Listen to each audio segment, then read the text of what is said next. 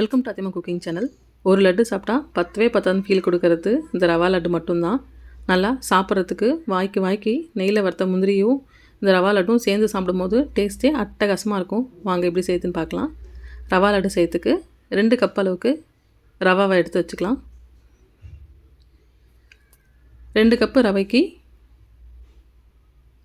Cup அளவுக்கு சர்க்கரையும் எடுத்துக்கலாம். இப்போ ஃபஸ்ட்டு ரவையை மட்டும் நம்ம நெய்யில் வறுத்துக்கலாம். ஒரு 5 ஸ்பூன் அளவுக்கு நெய் சேர்த்துக்கோங்க. நெய் நல்லா உருகட்டும்.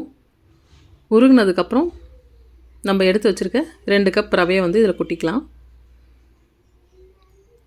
இதில் கொட்டி நல்லா வறுத்துக்கலாம். ரவா நெய்யிலே நல்லா வறுபடணும். அப்போ தான் சாப்பிட்றதுக்கு நல்லா டேஸ்ட்டாக இருக்கும்.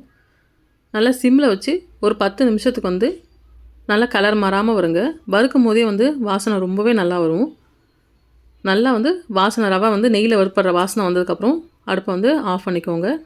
ஆஃப் பண்ணிட்டு ரவையை கொஞ்சம் ஆற வச்சுக்கோங்க. ஆற வச்சதுக்கப்புறம் ஒரு மிக்ஸி ஜாரில் மாற்றிக்கலாம். நல்லா பவுடராக ரவையை அரைச்சிக்கோங்க. அப்போ தான் சாப்பிடும்போது ரொம்ப அப்படியே சாஃப்டாக கரையும். வாயில் வச்ச உடனே கரையும். நல்லா இந்த மாதிரி சாஃப்டாக இருக்கணும். இப்போது 2 கப் அளவுக்கு 1 கப் அளவுக்கு சர்க்கரை சொன்னேன். அதை சர்க்கரையை அரைச்சிக்கலாம். சர்க்கரையை நல்லா பொடியாக அரைச்சிக்கோங்க. பாருங்கள் எப்படி ஃபைனாக இருக்குன்ட்டு. இப்போது கடாயில் 3 ஸ்பூன் அளவுக்கு நெய் சேர்த்துக்கோங்க. நெய் நல்லா உருகி வந்ததுக்கப்புறம் நம்ம கட் பண்ணி வச்சுருக்க முந்திரியை சேர்த்துக்கலாம். நல்லா சாப்பிடும்போது ஒரு வாய்க்கும் அந்த லட்டில் அந்த முந்திரி வந்தால் தான் சாப்பிடும்போது அந்த டேஸ்ட் எடுத்து கொடுக்கும். அதனால் கொஞ்சம் முந்திரி நிறையவே சேர்த்துக்கோங்க. குழந்தைங்க ரொம்ப விரும்பி சாப்பிடுவாங்க. முந்திரி பிடிக்காத குழந்தைங்களுக்கு கூட இந்த மாதிரி ரவா லட்டில் சேர்த்து கொடுத்திங்கன்னா ரொம்பவே விரும்பி சாப்பிடுவாங்க. இப்போ நம்ம அரைச்சி வச்சுருக்க ரவையை இதில் சேர்த்து அடுப்பை ஆஃப் பண்ணிக்கலாம். ஆஃப் பண்ணிட்டு அரைச்சி வச்சுருக்க சர்க்கரையும் இதில் சேர்த்துக்கலாம். சேர்த்துட்டு ரவையும் சர்க்கரை எல்லாமே நல்லா மிக்ஸ் ஆகி வரணும்.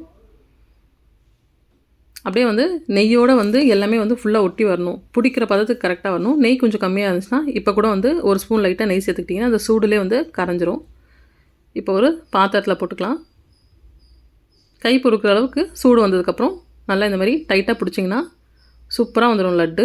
பாருங்கள், இப்படி நல்லா அழுத்தி பிடிச்சிங்கனாலே போதும். நல்லா லட்டு சூப்பராக வரும்.